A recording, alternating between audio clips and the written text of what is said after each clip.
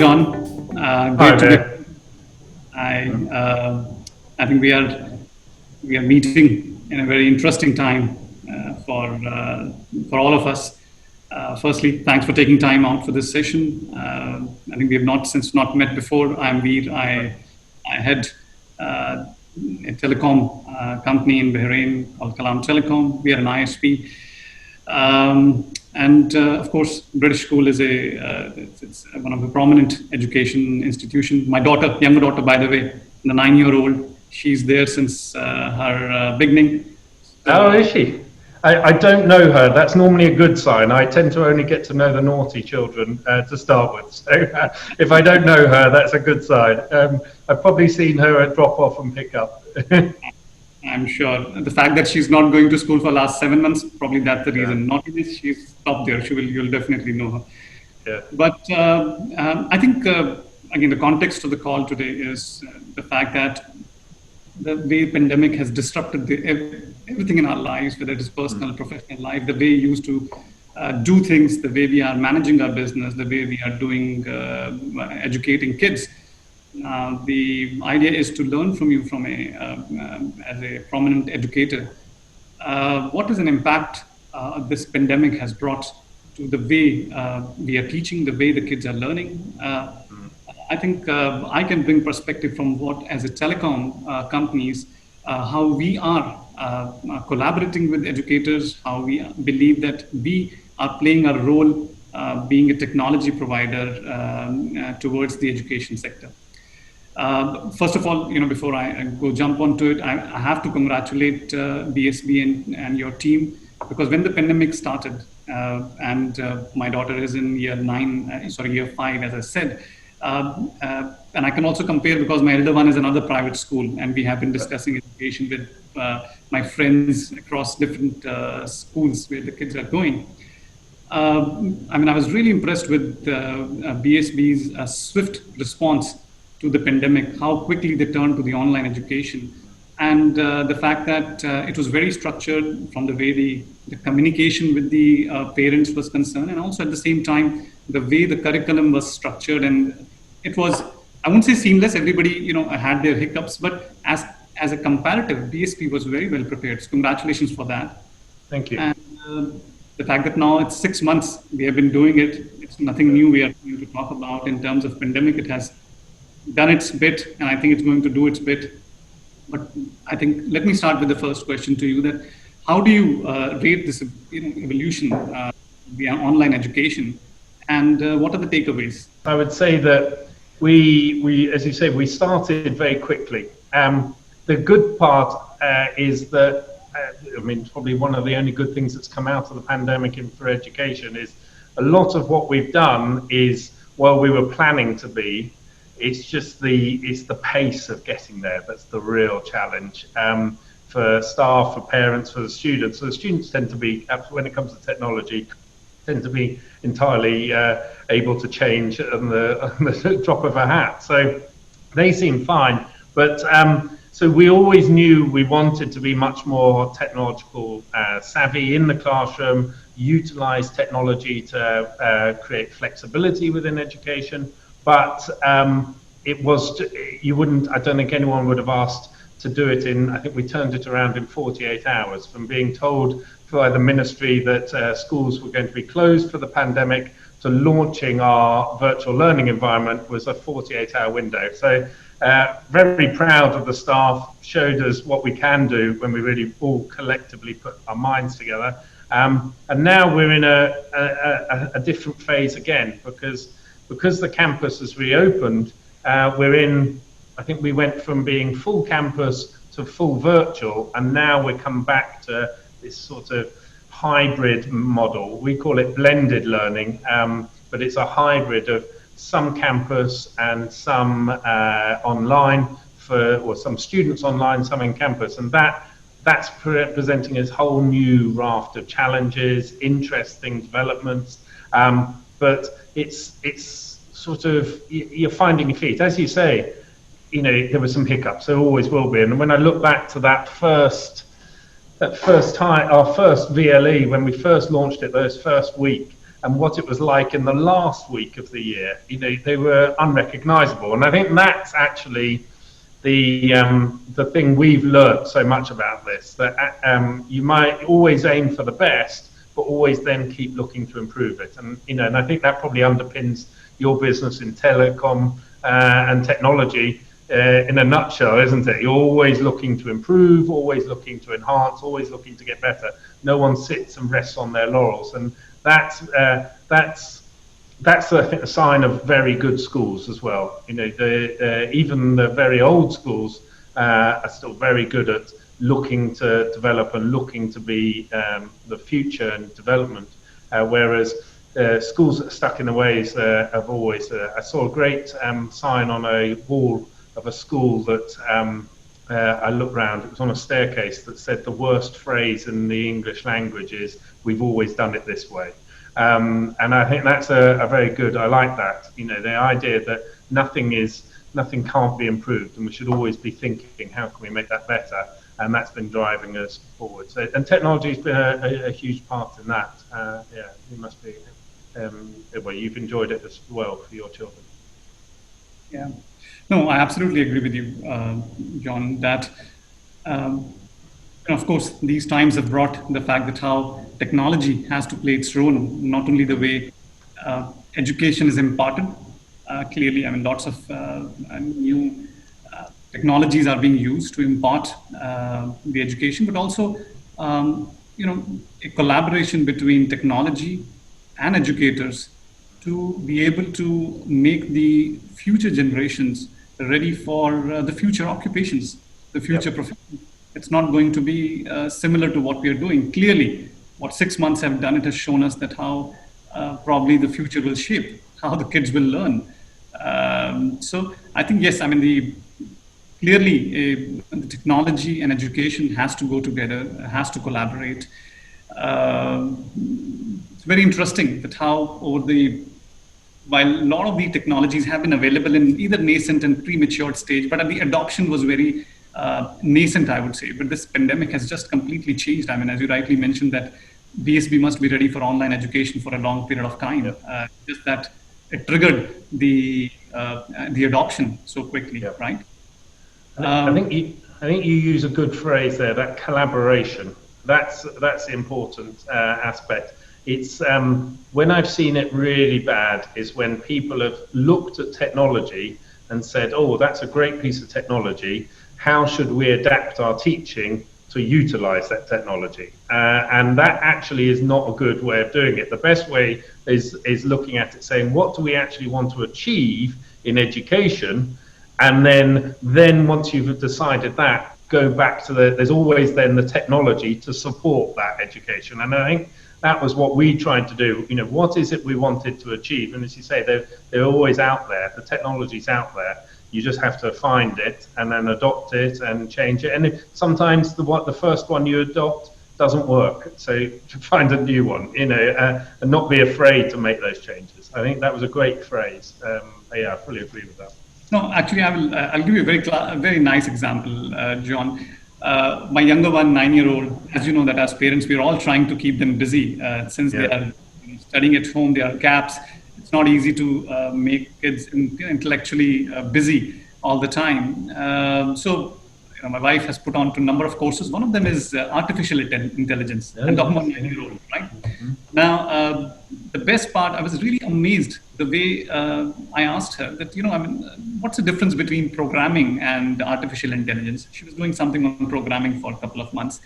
So she came with a very simplistic response, and I was really amazed at how she was able to explain it simplistically and for an understanding of our age. I'll tell you what she mentioned. She said that, Papa, imagine you have, there's a robot in a restaurant which does most of the job out there, from picking up stuff to delivering the stuff as well. It's programmed to do predefined stuff. But imagine if there is an emergency, there's a fire out there. Robot cannot sense it. Robots can only do a predefined work. But if it is artificial intelligence, it will have sensors. It will know there's an emergency. It will be able to go beyond and do tasks and can self-learn. So coming from a 9-year-old, it tells me that, I mean, this is a new generation. They need to be updated on new technologies as early as possible. Yep. Same is true with my 16-year-old, by the way. Her adoption, obviously, as we go up, the pace of learning is definitely for the younger ones is always quite faster. But it tells you that how as an educators, the early adoption of some of these futuristic technologies has to be there, and that's where we believe that there is a role to be played by technology players like us and educators to come together, create tools and programs as early as possible and as simplistically as possible for the Yeah, I agree, and I think that early adoption, whilst it's in the short term, it's very good because they get familiar with it. It also generates within them characteristics or values about actually not fearing technology, realizing that we had a big debate about what coding should we teach. Should we teach C# or what should we teach? And actually, it doesn't really matter what you teach, because by the time those children get to use coding, it will have changed completely. And so it's actually about the approach to it, that they're not fearing the coding. They understand the principles of it. They adopt it quickly. So on the other side, this is let's flip the coin, where of course online learning has in a way filled the void in the current circumstances, but obviously it has also created a vacuum, right? Yeah. It has created a huge vacuum when it comes to the physical interaction. So of course there has to be a balance going forward. What do you see has been a challenge, I would say, of the online learning, and because we foresee the online learning in the next, if not say decade, because as probably next few years it will become a kind of a norm, even when the pandemic goes away. Yes, it is. Right? Yeah. So of course it has brought it some of its challenges. What, as an educator, you are forward? When we first adopted online learning, we quite rightly focused entirely on the academics. And I think we got the academics 90% right. We taught the lessons, we ensured that we did regular assessments, we ensured the students were making progress, we differentiated, every student was treated as an individual. And then it's only probably about after 2 weeks, we suddenly said, right, we've got the academics right, but there's more to education than just academics. And it's why parents send their children to a school rather than having a home tutor. And that's the aspect of it. So it was then, and that's probably the next step is probably the challenge. That's the real challenge on online learning, because how do you recreate those fun moments where the child is laughing with their friends in a playground? How do you recreate that spontaneity within a lesson and all that? As much as I would love to say that my humanities teaching was fantastic, no child remembers my geography lesson. They remember the fun they had with their friends. They remember the play time. They remember the school trips. They remember all of that other stuff, and they build those friendships for life. So they don't remember me teaching, and that's difficult for an educator to ever admit. But that's the truth of it. And so for us, that was a real challenge in terms of that. It's trying to create those assemblies, trying to create those moments of celebration where actually the child can be really proud and feel proud that they've been given a certificate, or whatever it was, in front of an audience. And that's an important milestone in that child's life. And what we didn't want to do is to have the pandemic deny them of that opportunity. And I think that was the thing that really pushed us in that regard. Some subjects found it easier than others. Coding, you've mentioned computing, AI, they found that straightforward.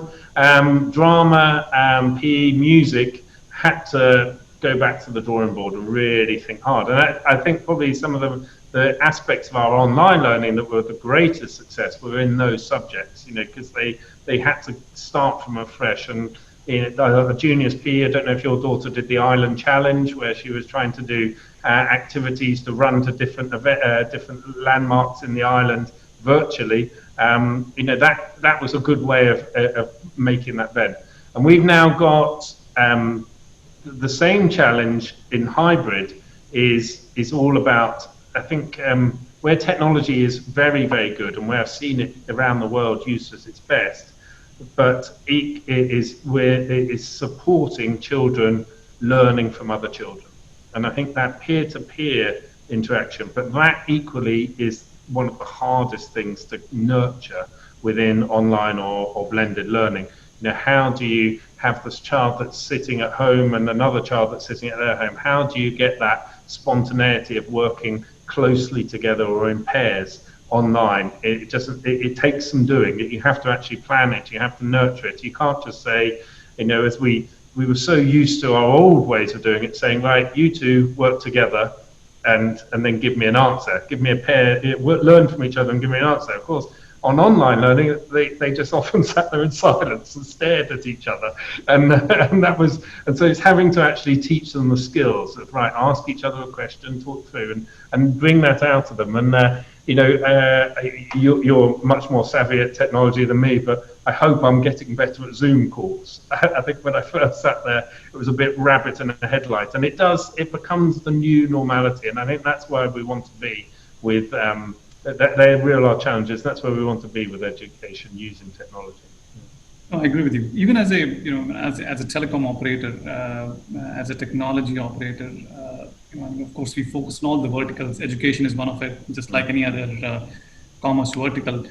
We have ourselves have been exploring how we can facilitate new innovation across the industry, across the education sectors. How can we support them beyond the traditional connectivity, which has become a utility? I mean, it's just like electricity and water. You look at now, internet is given, right? I mean, it is a commodity, though it's an extremely important layer on which most of the innovation sits, but it's given. You expect an quality of connectivity, but the trick lies in how to create technologies on that particular layer of internet connectivity, which can be used for imparting education in the best way possible and making it interactive.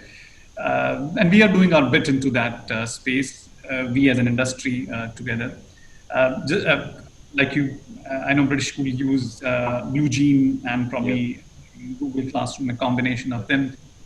We tied up with an international US-based company which specializes in online tutoring, exams, courses, and peer-to-peer research called Life Science.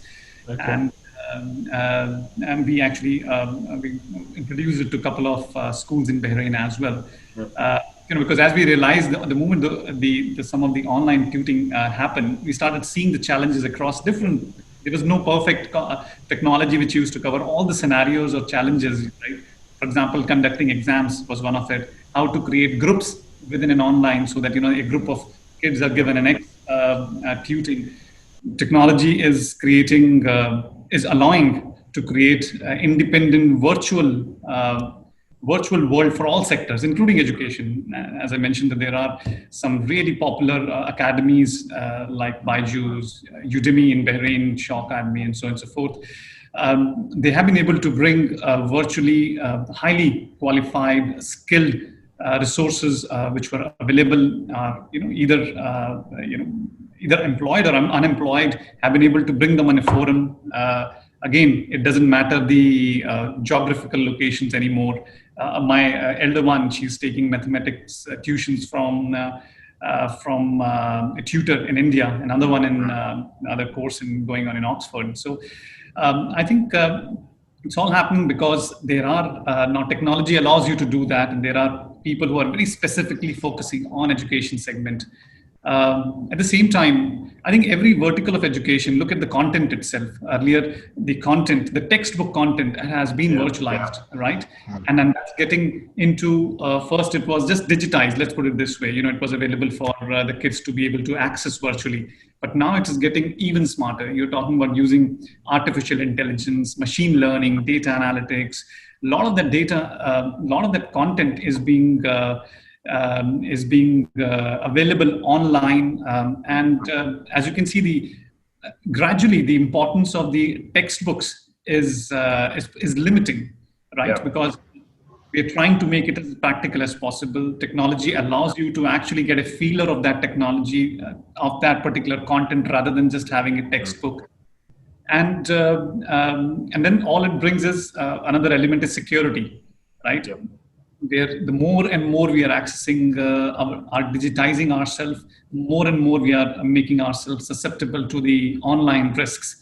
And that's where, again, the role of technology comes in, that how you, for example, when we offer internet for either enterprises or schools for the educators, we bundle it with a secured firewalls, without using fancy words, security protocols into it, so that the younger generation is not have access to unwarranted content which is out there.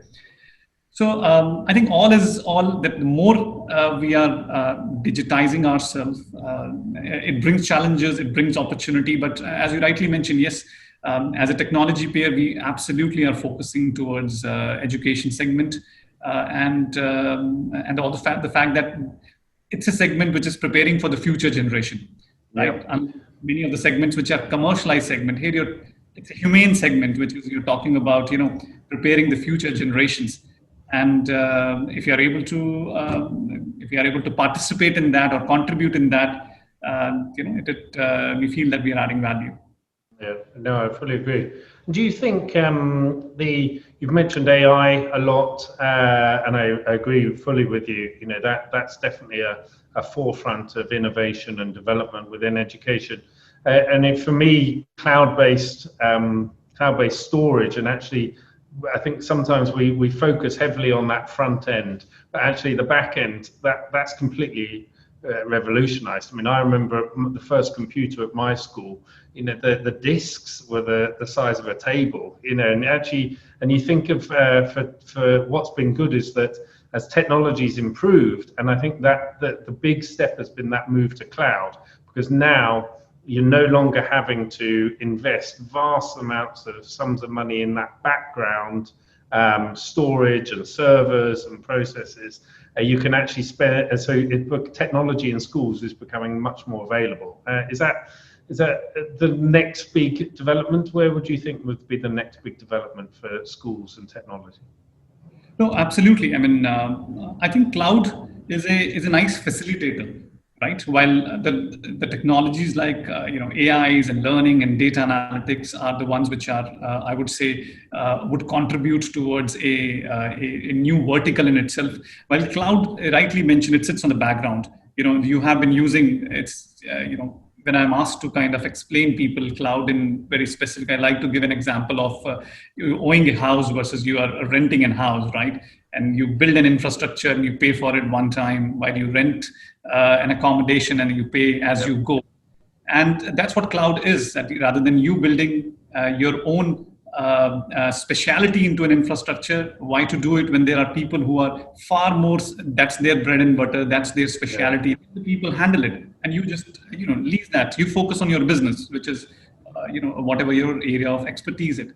I think that's what is happening in every domain, that people want to outsource the non-core activities and they focus on their core. The moment you're able to isolate that area, it brings you more focused in doing your job better. And that's where cloud plays its part. That, as you rightly mentioned, that you can, all the infrastructure, if not all, a large portion of your infrastructure can be allocated towards cloud. Whether those are, you rightly mentioned, when I started my journey in telecommunication, we used to have servers which are size of our data centers now. Now our data centers, I can shrink it in one rack and I can say it's my data center. So of course, cloud is something which is has been I would say a nice platform for people to kind of sandbox and start playing around it, all other technologies on it. Basically, you need internet and you need someone who is a server somewhere else, whether it in US and Europe, doesn't matter. Somewhere data center, you are leasing it out on the cloud and you're focusing on your area of expertise. Yeah. So again, some of the discussions we had in the past, for example, content, again, where the content, this digital content rests, it sits on the cloud, right? Where are the security when we talk about I'm offering internet with security? Actually, it's on the cloud. There's nothing physically I give to people on their premise. And again, cloud is also something which, I believe that as an educator, it is something which should be imparted to the younger generation, because it is something which is going to play a role in their day-to-day life. Yeah, and I think circling back to where we probably first started, which was the children, I think for them it's entirely natural. For them, they want any device, any time, any location to be able to access entirely the same. So if they're at home, if they're at school, if they're on the bus, or if they're in the car, they still want to be able to access exactly the same information. And if they're on their laptop, or if they're on their smartphone, they want to be able to access. So, and I think that hinges, all of that requires that cloud, because if you're downloading too much to being a local, it then restricts them. And I think the students we've seen, they can't understand that. Why can I not access this at home when I can access this at school, or vice versa? And that's where it all. So for me, it sort of frees them up to be able to do exactly the same, irrespective of their location and their time. It does mean that, and that's where we're quite fortunate with our parents, because our parents are very supportive and engaged, because what's happening is it's now blending that school and home lives. And I think we're seeing that with online, that there's no longer this is what you did in class, classwork and homework. I think those terms, if they're still here in 2 years' time, then we're probably not actually succeeded in the way that we want to be. There shouldn't be classwork that you do in class. There shouldn't be homework you do at home. There should just be work, and it is seamless between where you do it, whether it's at home or whether it's doing that. And I think that is crucial. Technology is crucial in facilitating that. That would be my assessment. Yeah. So, see, if I have to end it, John, I feel technology has two roles to play, and that's where of course, one is to collaborate with the educators. I think two ways to play is, one is where it acts as a medium of imparting education. Because that's the best way of learning, when you're using a technology to teach. Yep. If it is not a subject of teaching, but you're using a technology to teach. Yep. Like the kids now, as we discussed, Zoom and all the technologies, they're far more adaptive than us, because they are using it for learning, playing, whatever it is, but they're using a technology. I think that's important, that latest technology is used to even impart education. And the second element is to, of course, teach some of these advanced technologies, which are part of the curriculums. And I think clearly direction is there. This pandemic has forced us to think out of the box and create new technologies, new mediums, anytime, anywhere, availability. So I think there's a lot more to be done, because we are all evolving as humans, as technologies, and I think nature itself is teaching us to adapt ourselves. So I think it's thanks, John. It was really a pleasure talking to you. Yeah, a real pleasure, Troy. I hope to do it again soon, and we can reflect more on what we're evolving. So yeah, really, really good to talk. Thank you.